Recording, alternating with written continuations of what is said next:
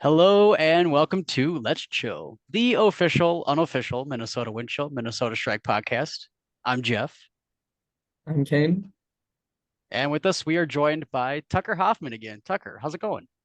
Oh, it's going good, guys. Came off a 2-0 weekend, so pretty pumped. Yeah, feeling good. The Wind Chill are kind of looking like their old selves again after maybe a rough loss in Colorado. They kind of shook it off pretty easily and bounced back. Yeah, Um, definitely. all right. Well, before we get too much into the games, I have a stall seven. Kane, do you have one? Depending on what yours is, yes. Okay. Well, I've got a couple if we need them. So my stall seven will be to just both of you, I guess. What two Central Division teams had to share a bus ride this weekend to their games? That would be Chicago and Pittsburgh. Yep. Um, yeah. Ben Hold Feldman made a funny comment about he will never, as long as he's the general manager, he will never allow that to happen with the wind chill. So Absolutely not. that was pretty funny. Like, I was talking to Barry after the game, and I mentioned that, and I was like, "Could you imagine being on it?" He's like, "I would just lock myself in the bathroom the whole time, just put Yeah, the lock on the door, call it good." Like, I, gotta be I would gotta hate. be pretty awkward for the losing team as well. Right? Oh, So my stall seven. There was a key player missing these last two games, Quinn Snyder. Why was he absent from both of those games? I'm gonna take a stab and say he was at a wedding of a relative. Yes. That's hey, we'll give it to you. That's a point. Someone add that correct answer to Tucker's stat sheet. Added to the stats. Nice. Um, yeah, let's get into it. So again, this was a pretty big weekend for Minnesota. Come back again, like I said, lost to the Summit in Colorado. Um, we had recapped that game, and we kind of said that this weekend was we knew even at the start of the season that this weekend was going to be pretty big, especially against Indy. Um, so Winchell played in Madison on Friday, and that felt like a pretty not I don't want to say an easy win, but like a secure win that was a good way to bounce back before the Indy game. Initial thoughts on that game? You know, I actually didn't start watching until the third quarter. I was up north and not able to watch until we got back to the hotel or the cabin. Um, but I was a little shocked when I turned on the game and I saw that we were down. I think 5-10 was the score when I turned it on.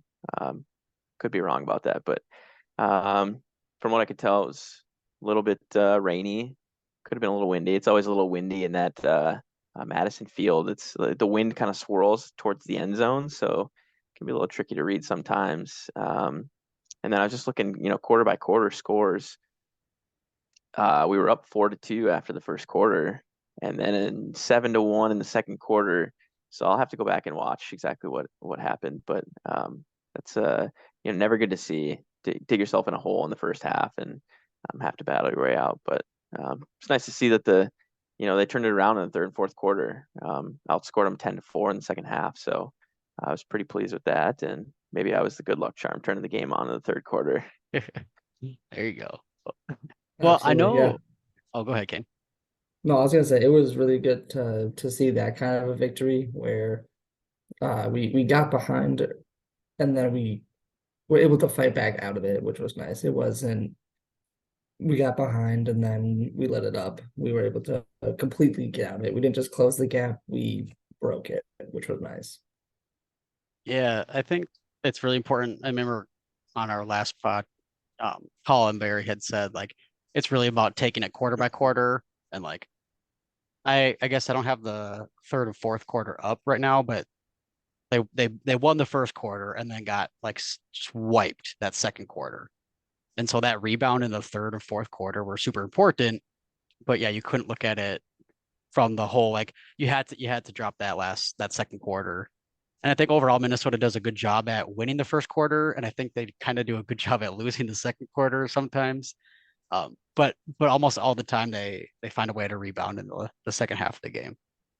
Yeah, and I think that something that's like super important with the Minnesota team is when that offense isn't converting, they really rely on the defense and having to put your defensive players out on the offense to You know, when your offense is getting broken, you know, that's points on their legs as well on the defense. And if you can't keep your defense out on the field, it's really hard to, you know, get back in a game.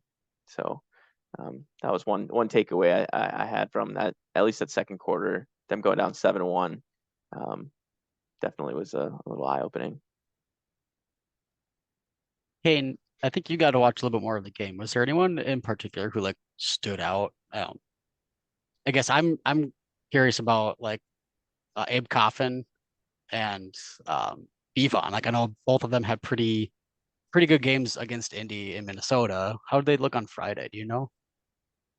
From what I remember, pretty good. I don't think Coffin or Vivon, either one, had any like outstanding thing. But then again, it was kind of crappy conditions. There was not the cleanest game, but it was one of those games where I feel like the entire team kind of banded together and grinded out a win, not a win. That's yeah. Uh, and so not to like cop out answer, I think it really was a team win on Friday. But So I guess the more important game then came on Sunday when they came back to Seafoam Stadium after a couple games away and got to take on the Indianapolis AlleyCats. Uh, and this had, of course, huge playoff implications. That basically it didn't quite secure first place seeding for Minnesota, but it definitely opened the door for that. Yeah, I yeah, think absolutely. they secure what first round bye, I think with one more win.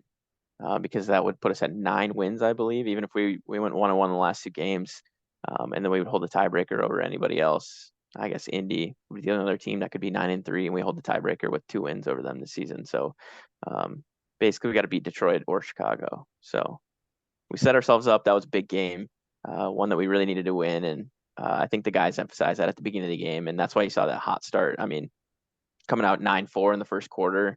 Um, you know, the guys were really ramped up, and I think they took the preparation really seriously. And you can tell in their warm-ups too. They were trying new things in warm-ups. It was a really windy game, and I saw some new drills that they were running, hammers off the sidelines, specifically. They knew the roller poles were coming, and I think both teams tried in the beginning, at least in the beginning of the game, these roller poles. Probably the first 5-6 points, it was all roller pulls. And so I think the boys coming out of the gate hot was huge in this game. For sure. I think I was saying this off by a little bit, but this game to me is a momentum starter, where we had that really bad game in Colorado and we had the one game in Madison where it's like, okay, we found our footing. And now this win against Indy, especially because it was such a good win, I feel like it's a great way to really build some momentum, finish off the season, and then make it to that championship weekend. Like pound out playoffs and just get there. Yeah, it definitely feels like pressure's off. I mean, and obviously you want to win both games coming up, but like if something happens that you drop a game to Chicago or Detroit, like you just need to win one. And like obviously again, like I said, you want to win both. You want to finish the season off strong, but like I think just like how they beat Indy in the playoffs last year too, like that's been a pretty big opponent for them. Even just like metaphorically, just symbolically, I guess. So the fact that they did it again this season already at home, and now they only have to win one more.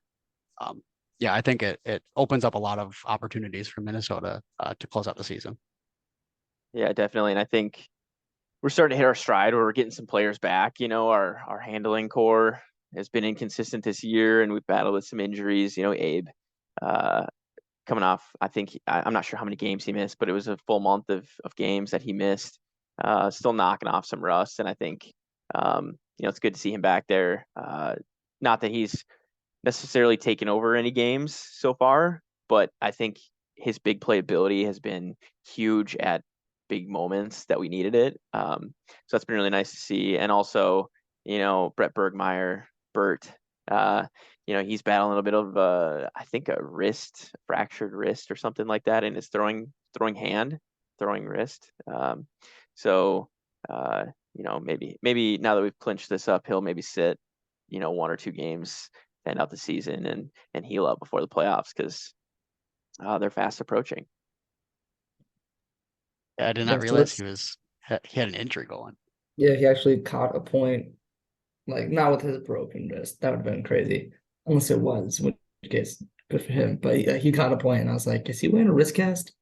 So yeah, props to Bert for doing that entire game with the broken wrist. Yeah, I think Um, he took off the cast actually and had it just taped up with a little pad okay, on so there that's what it for was. the most Yeah. recent game. I think the Madison game he did play with the cast on, but I think Mhm. this most recent game he took it off. What a beast. Yeah, that's good for him. I'm sure he was still flying around, laying out left and right. Let's I'm go a little bit more in depth on the returns to the roster recently because you mentioned Coffin, but I want to get into Will Brandt and Jason Cheetah specifically. They were two really big pieces to yesterday's game. How are they doing, like stats wise, compared to everyone else having missed so many games?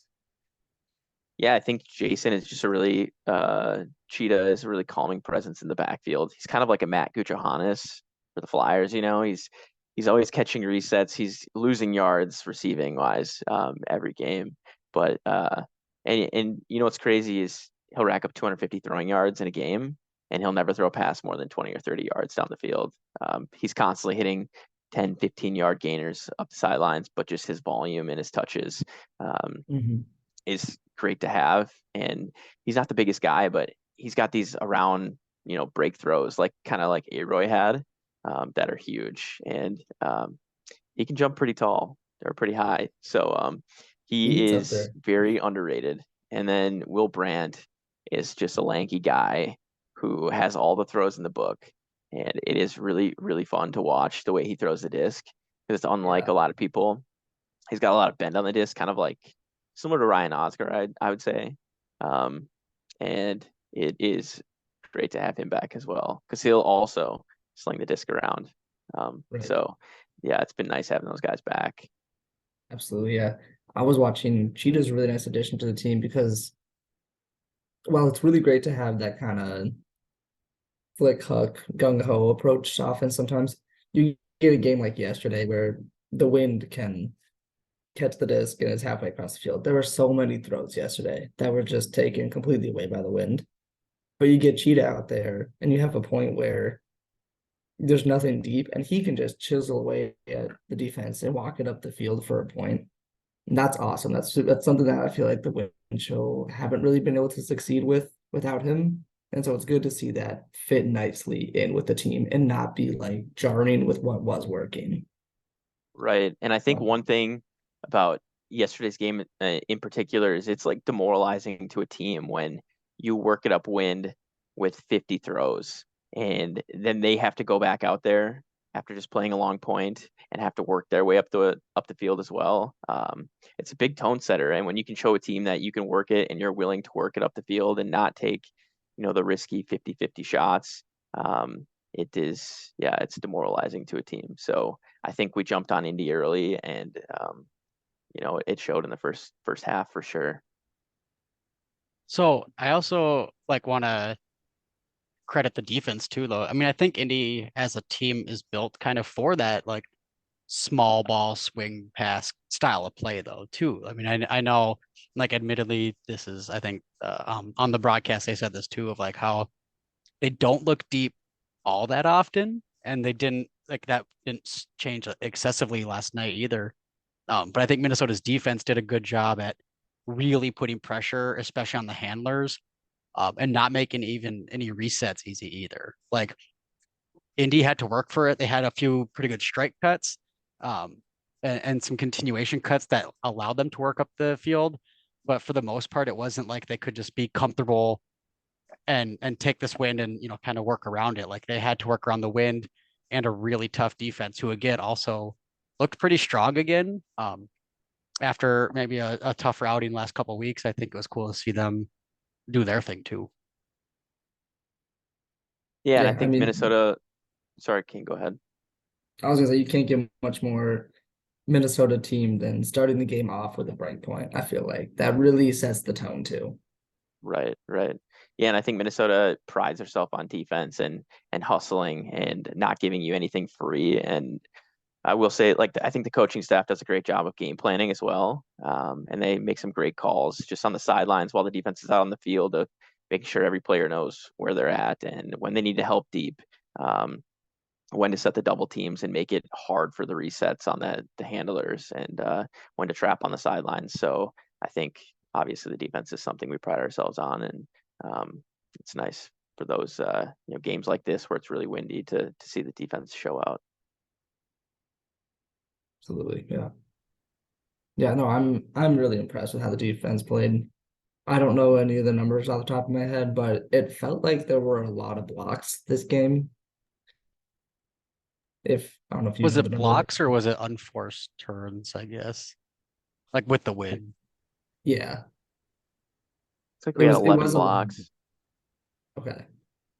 But I don't For know. I feel like there's also a lot of defensive pressure. Because I remember one play in particular, there was like it was a swing pass, like you were saying, and Brandon Mattis was coming in to not necessarily intercept it, but just apply that defensive pressure right away. And he fumbled the disc because Mattis was, coming in to get him right away, and he just wasn't ready for it.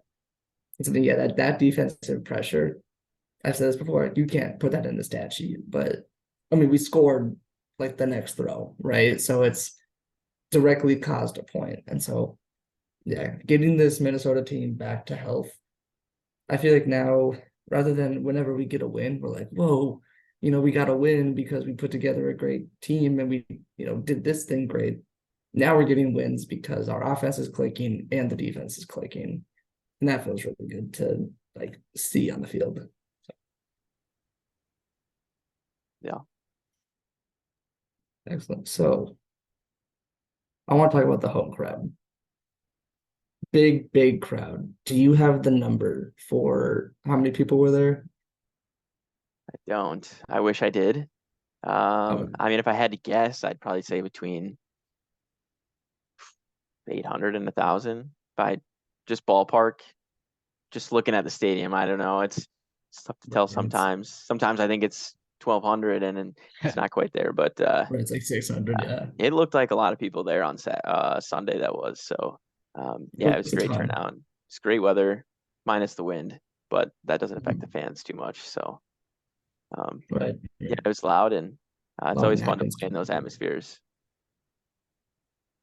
Right. So that'll be big for playoffs then too. I mean, again, assuming we haven't clinched a bye and the home field advantage yet, but like if that happens and we do get home field advantage, I think that'll be pretty big too. I mean, again, the last couple seasons we've been in Chicago to get that Central Division championship, and we've just haven't quite been able to follow through. And I think Minnesota plays really strong at home. I think the home crowd on their side will be big, and yeah, I think last night was a good example of just like how big we can show up to.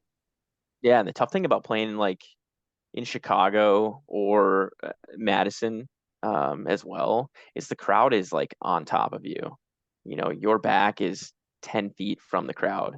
So it can be tough. You're getting heckled, and you really hear the noise when they're cheering. I know it's Seafoam, it's a little further away. You got the track separating, and uh, the field is even further removed from that. So it can be tough. But yeah, having home field advantage and not having that crowd right behind you for the opposing team is huge, and I think we're really looking forward to that.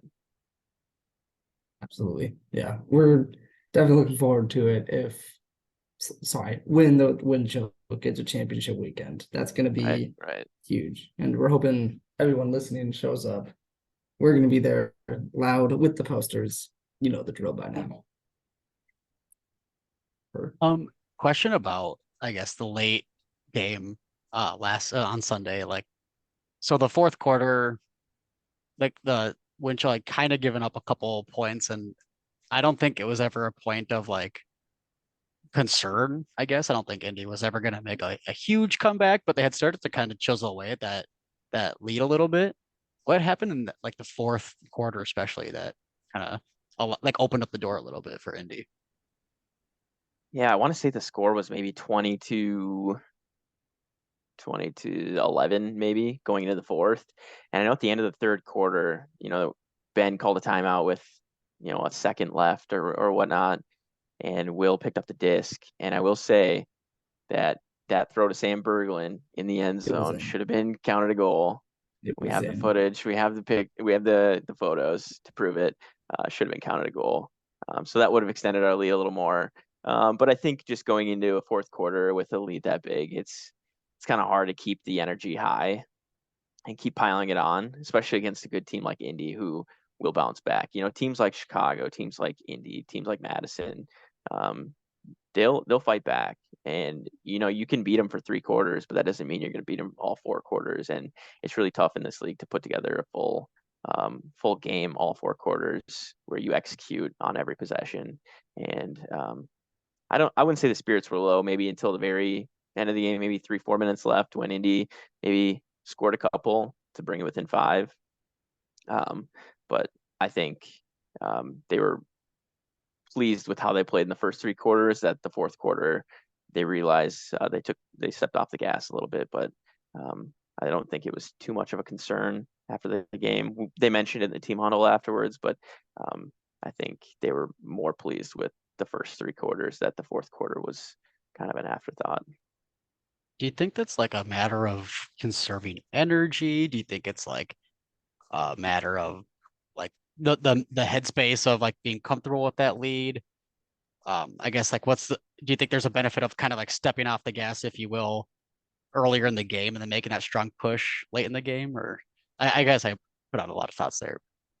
Yeah, I'm not sure. I think part of it is you're coming off a back-to-back, I guess, a Friday, Sunday. So 2 games in a weekend and a lot of the same players playing. I think there was maybe only two players that played in Madison that didn't play in at home. So guys' legs are a little tired going to the fourth quarter. And I think, yeah, I don't know. I think just having the lead as large as it was going into the fourth quarter was kind of, I I don't know. I guess I can't really put it into words. The energy just kind of was out of the sideline a little bit in that fourth The fire quarter. isn't lit under your butt. You always Right. hear people say like, "Oh, that quarter really like lit the fire under their butt." There was no fire. We had really no motivation to go out there and continue to, do these giant plays to keep getting our lead bigger and bigger. So Indy was just able to make a little bit of a comeback. I don't think looking at it as we lost the fourth quarter is a good way to view it. I think we should say something more like we let Indy get closer than we would have wished. I still think we won the fourth quarter though, because even once they did put together a little bit of a comeback, we then stopped it. You know what I mean? Right. Yeah. They didn't Yeah. continue to get it. They got to 5, and then we were like, all right, keep it down. So, yeah. We were able to keep them at a safe distance away. So I think that Because was winning by important. 5 is a lot still. Yeah. And so I think, yeah, this game kind of showed that Minnesota can put together 4 good quarters. And yeah, I'm not saying that Indy didn't start to make a comeback, but I'm just saying that sometimes the response to making a comeback is how a team's going to win a game, Right.